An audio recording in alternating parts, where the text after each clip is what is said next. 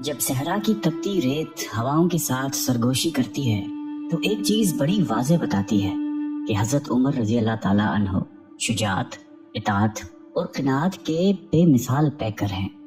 تیر اندازی، پہلوانی اور خطابت میں آپ نے مہارت حاصل کی۔ اسی زمانے میں ہی لکھنا پڑھنا سیکھ لیا تھا۔ رواج زمانہ کے مطابق تعلیم کے بعد فکر معاش کی طرف متوجہ ہوئے اور عرب کے اہم مشغلہ تجارت کو اپنے روزگار کا سامان بنایا۔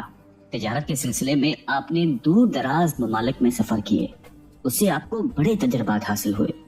خودداری، بلند حوصلے، معاملہ فہمی اور دور اندیش نگاہی اس کا نتیجہ تھا۔ قبائل کے درمیان معمولی رنجشوں کو اپنے غیر معمولی فہم اور تدبیر سے بہت جلدی حل فرما لیا کرتے تھے۔ عمر کا 27واں سال تھا کہ ریگستان عرب میں آفتاب اسلام طلوع ہوا۔ مکے کی وادیوں سے توحید کی صدا بلند ہونے لگی۔ مشرکین عرب کے ساتھ آپ کے لیے بھی یہ آواز نامانوس تھی۔ آپ اس پر سخت برہم ہوئے، یہاں تک کہ جس کے بارے میں یہ پتا چلتا کہ وہ مسلمان ہوا ہے اس کے جانی دشمن بن جاتے۔ ان کے خاندان کی ایک کنیز مسلمان ہو گئی تھی، اس کو اتنا مارا کہ مارتے مارتے تھک جاتے۔ اس کنیز کے علاوہ بھی جس پر زور چلتا اس کو خوب مارتے پیٹتے۔ لیکن اسلام کا نشہ ہی ایسا تھا جو ایک بار چڑھ جاتا تو اترنے کا نام ہی نہیں لیتا تھا۔ ان تمام سختیوں سے ایک شخص کو بھی اسلام سے نہ اتار سکے۔ قریش میں سیدنا عمر فاروق رضی اللہ تعالیٰ عنہ کی طرح ابو جہل بھی مسلمانوں کی دشمنی میں صف اول میں تھے۔